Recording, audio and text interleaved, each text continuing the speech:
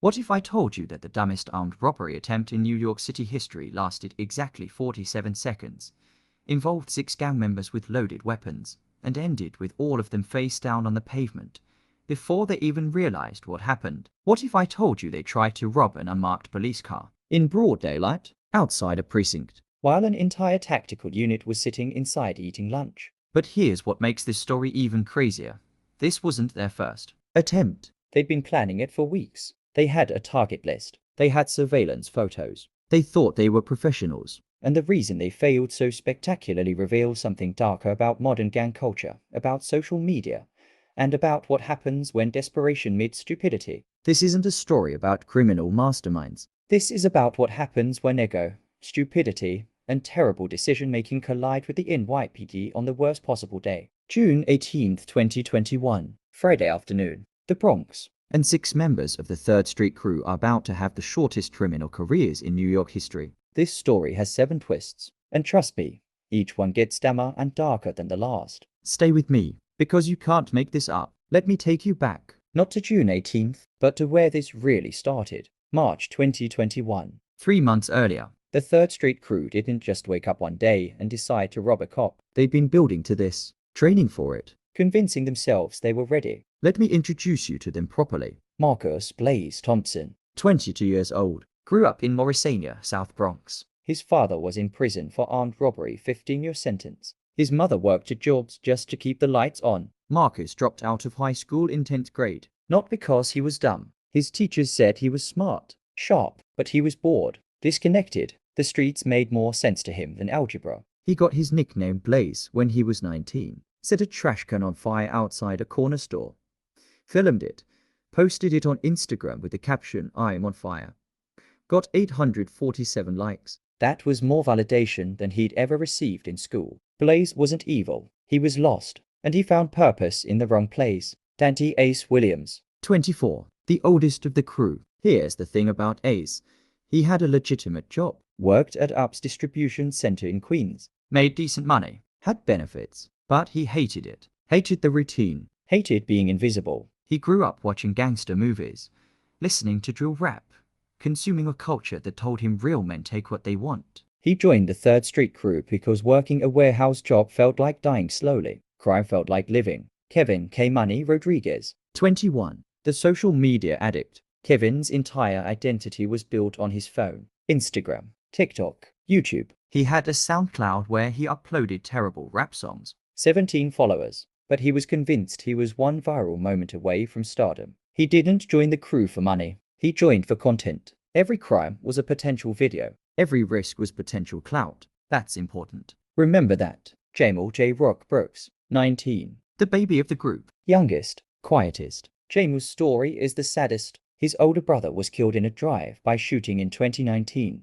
Jamal was there, saw it happen. The trauma never left him. He joined the 3rd Street crew because he didn't want to be alone, because grief and anger needed somewhere to go. He didn't want to be a criminal. He wanted to belong. Chris Trigo Jones, 23, the only one with an actual illegal gun. Bought it of someone's cousin for $300. A Taurus 9mm. Chris had never fired it. Didn't even know how to properly load it. But carrying it made him feel powerful. Made him feel protected. He grew up in foster care. Bounced between 7 different homes before aging out at 18. Never had stability. Never had family. The gun was the closest thing to security he'd ever known. And finally, Deshaun D. Block Miller, 20, the driver. Deshaun had a car 2007 Honda Civic with a dented bumper and a broken taillight. That car was his pride, his escape. He could have used it to get a job with Uber, with Lyft, with any delivery service. But the crew made him feel important, made him feel like he mattered.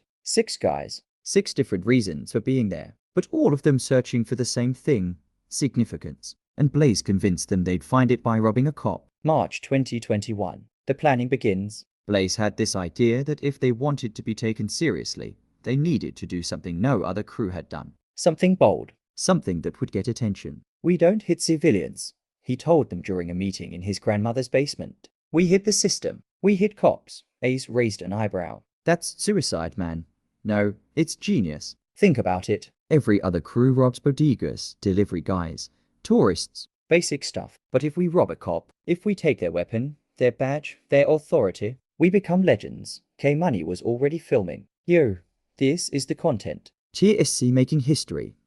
Jamal looked uncomfortable. Isn't that, like, super illegal? All crime is illegal, Trigger said. That's the point. Dishorn asked the practical question. How do we even do that? And that's when Blaze revealed his plan. He'd been watching cop cars for weeks, Taking notes. learning patterns. He noticed that plainclothes officers often drove unmarked vehicles, regular-looking cars and SUVs. No lights, no visible markings. They blended in. We target an unmarked unit, Blaze explained. We wait until it's parked. We smash the window. Grab whatever's inside. Guns, badges, radios. Then we bounce. What if the cop's inside? Jamal asked. Then we scare them. Show the strap. Make them think twice. Ace shook his head. Man, if we pull a gun on a cop, they'll shoot us, not if we're faster.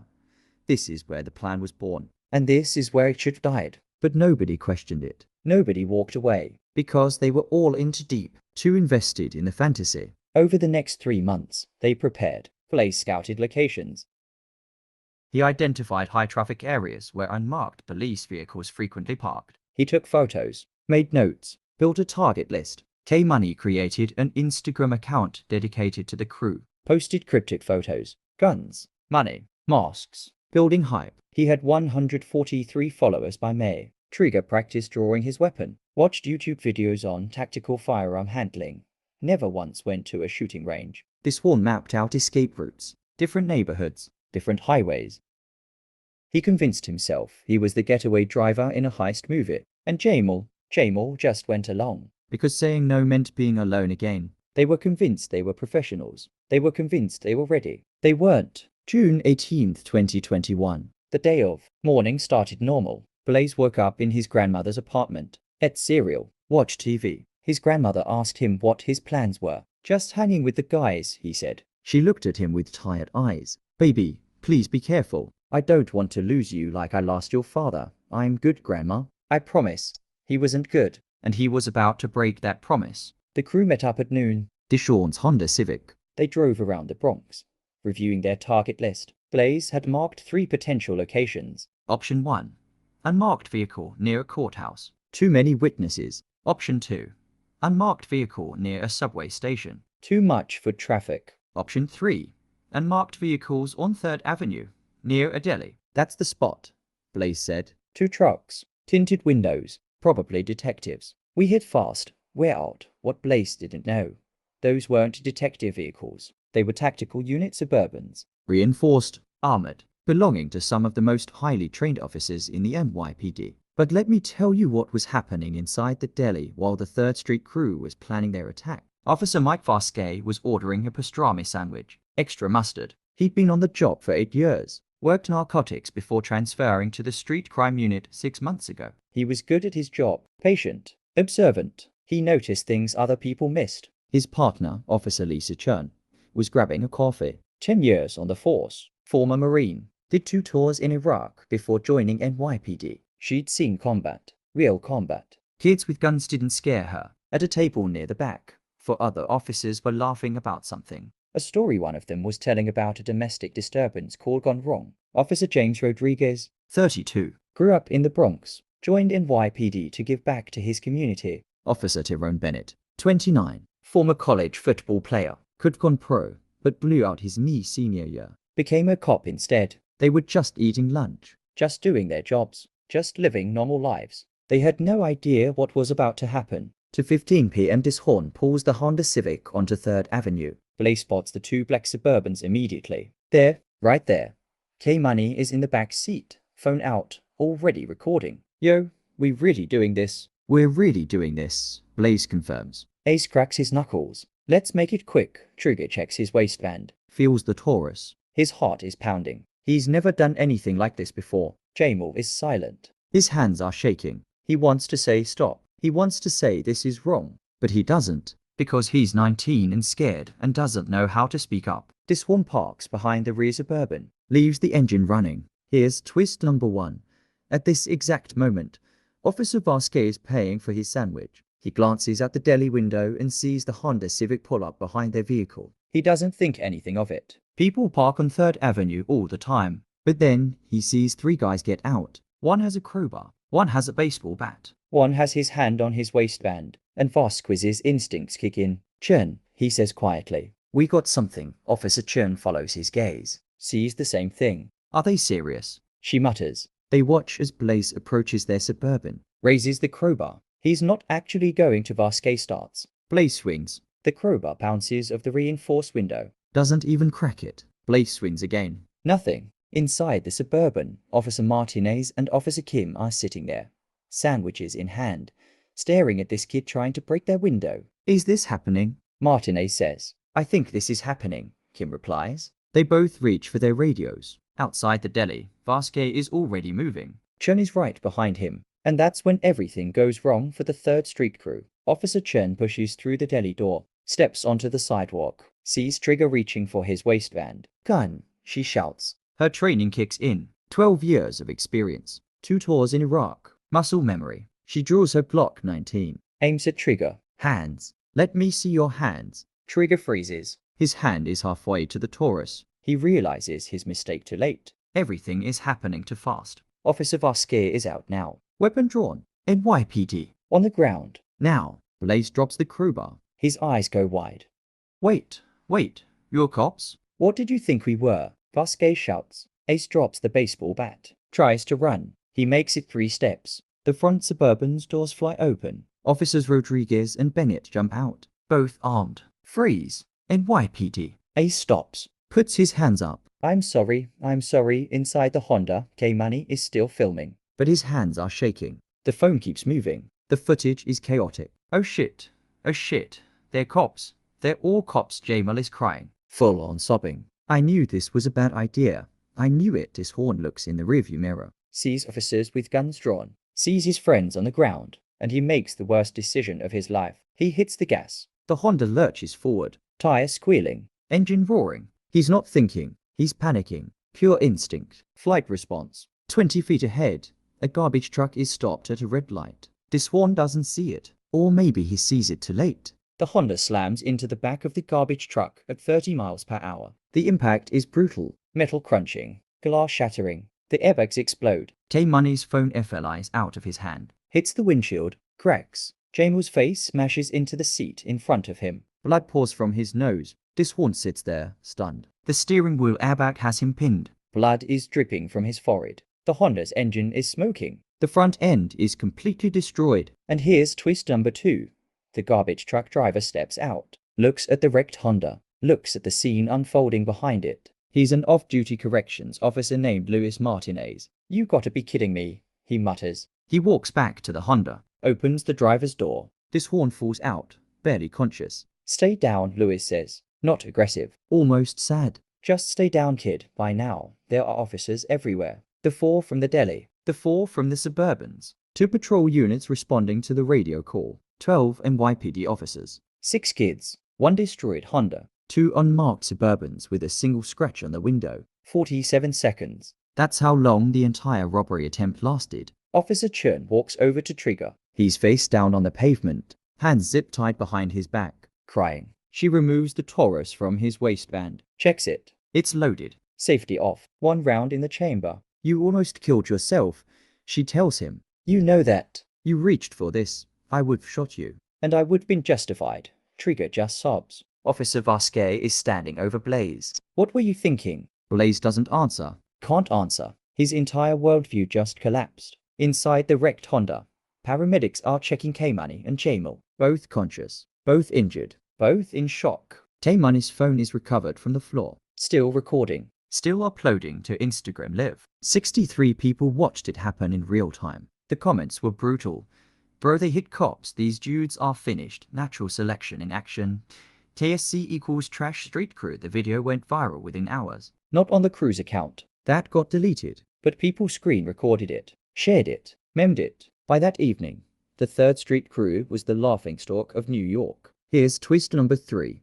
This wasn't random. The 3rd Street crew had been on NYPD's radar for weeks. Not for anything major. Just minor complaints. Noise violations. Suspicious activity reports. Their Instagram posts. A gang unit detective named Sarah Ortiz had actually flagged K-Money's account a month earlier. These kids are going to do something stupid, she'd told her supervisor. Look at what they're posting. Guns. Threats. Wannabe gangster nonsense. Her supervisor shrugged. Until they actually do something, we can't touch them. Well, they did something. And now Detective Ortiz was at the 42nd precinct, interviewing them one by one. She started with Jamal, the youngest, the most scared. Why'd you do it? She asked. Jamal wiped his eyes. His nose was still bleeding from the crash. I don't know. I didn't want to be alone. So you tried to rob a cop? I didn't want to. Blaze said it would be fine. He said we'd be legends. You're legends now, Ortiz said. Just not the way you thought.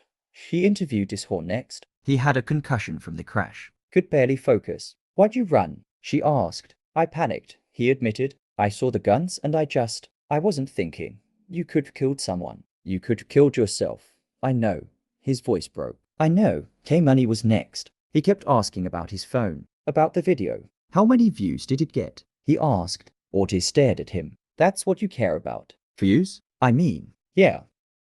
Isn't that the point? The point, Ortiz said slowly, is that you committed multiple felonies. You're looking at serious time. And you're worried about Instagram? K-Money deflated, reality sinking in. Ace was quiet during his interview. Didn't make excuses, just answered questions. I'm 24, he said at one point. I should know better. I did know better. I thought this would make me feel alive.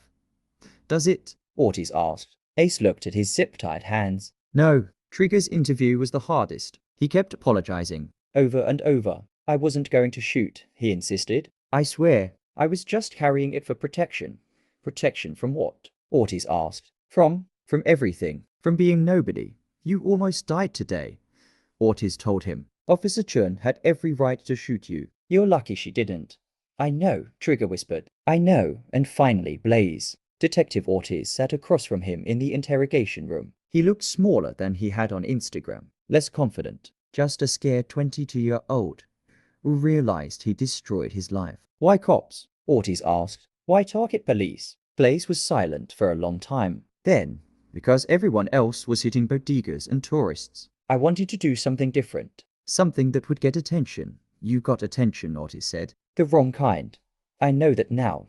Do you? Ortiz leaned forward. Do you understand what you've done? You didn't just commit a crime. You endangered lives. Your friends' lives. Officers' lives. Civilians. That garbage truck driver could have been hurt. You could kill K-Money and Jamal in that crash. Blaze put his head in his hands. I'm sorry. Sorry doesn't fix this. Here's twist number 4. The community responded in ways nobody expected. The next day, a group of mothers from Mauritania organized a press conference. They called themselves Mothers Against Street Violence. One of them was Blaze's grandmother. She stood in front of news cameras, tears streaming down her face, and said, My grandson made a terrible mistake. But he's not a monster. He's a child who lost his way. And this city failed him. We failed him. The schools failed him. We need to do better. Another mother, Jamal's aunt, spoke too. These boys were looking for family, for purpose. And they found it in the worst place. We need to give our children better options. The press conference went viral, not because people agreed, but because it sparked a debate. Were these kids victims of a broken system? Or were they just criminals who made bad choices? The answer, of course, is both. Social media erupted. Some people had sympathy. They're just kids. They need help, not prison. Others had none.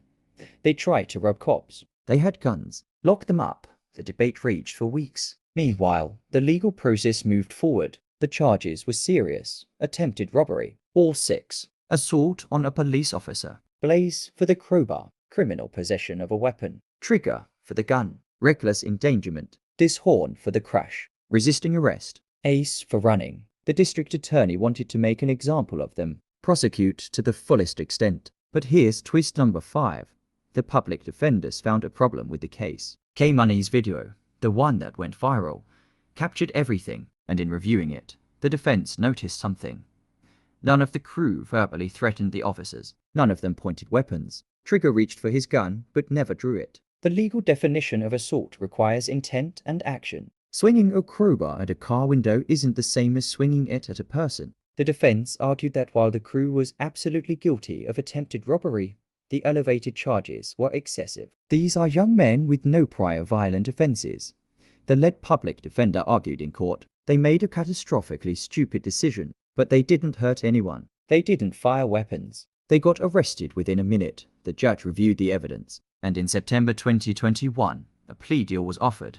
Blaze, 4 years. Attempted robbery reduced. Trigger, 5 years. Illegal weapon possession. Ace, 3 years. Attempted robbery. Dishorn, 3 years. Reckless endangerment. K-Money, 2 years. Attempted robbery. Jamal, 18 months. Attempted robbery.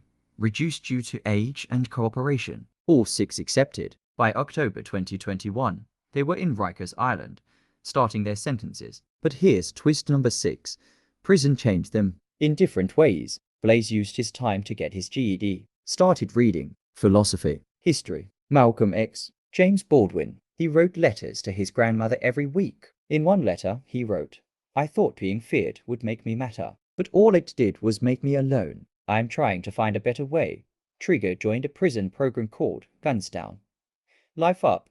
Former gang members teaching current ones about the consequences of violence. He became one of the program's biggest advocates. Jamal, the youngest, struggled the most. His mental health deteriorated. PTSD from his brother's death. Trauma from the arrest. He spent 6 months in therapy before things improved. K-Money stopped caring about social media. Stopped caring about clout. He spent his time writing, not rap lyrics, actual stories about his life, his mistakes. Dishorn worked in the prison auto shop, learned mechanics. Planned to get certified when he got out. Ace was the hardest to read. He kept to himself, did his time quietly, told people he was done with the streets. Whether that was true remained to be seen. Meanwhile, outside, the video of their arrest became a teaching tool. NYPD used it in training academies. This is what situational awareness looks like. This is how training saves lives.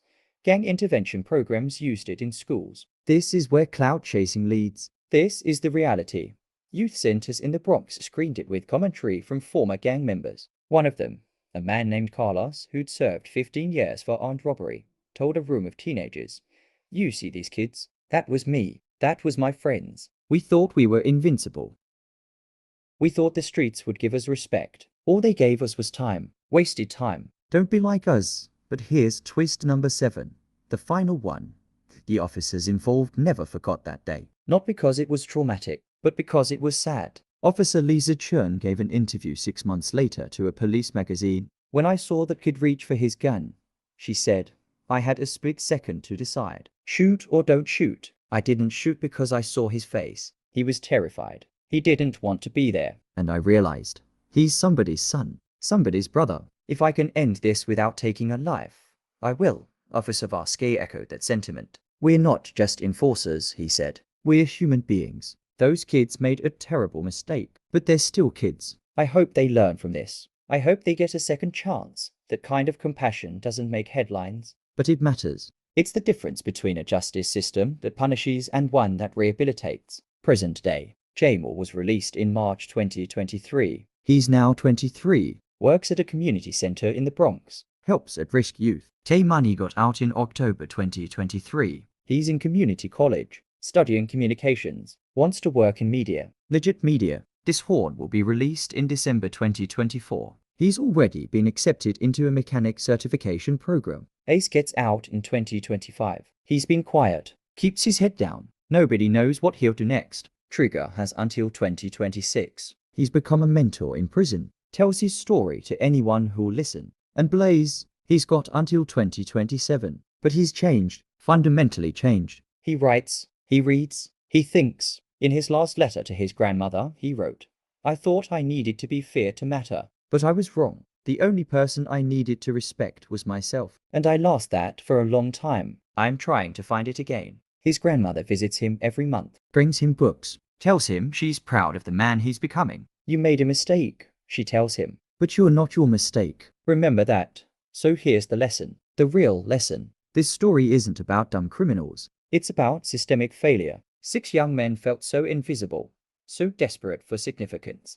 that they tried to rob a cop. That's not just stupidity. That's a cry for help that nobody heard until it was too late. Yes, they made terrible choices. Yes, they deserve consequences. But we as a society need to ask, why did they feel like crime was their only path to mattering? What did we miss? What did we ignore? Because for every 3rd Street crew that gets caught, there are 10 more forming right now. In the Bronx, in Brooklyn, in Chicago, in LA. Kids looking for purpose, for family, for respect. and finding it in all the wrong places. The justice system can punish, but only communities can prevent. So here's my question for you. If you saw a kid like Blaze, like Jamal, like any of them, struggling, lost, desperate for significance, would you reach out? Would you intervene? Or would you look away and hope someone else handles it? Because the difference between a kid in prison and a kid in college is sometimes just one person who cared enough to notice. The Third Street Crew is a cautionary tale, a meme, a joke. But they're also human beings who made mistakes and are trying to do better. Don't let their story be forgotten. Let it be a reminder. We can do better. We have to do better. For them. For the next generation. For all of us.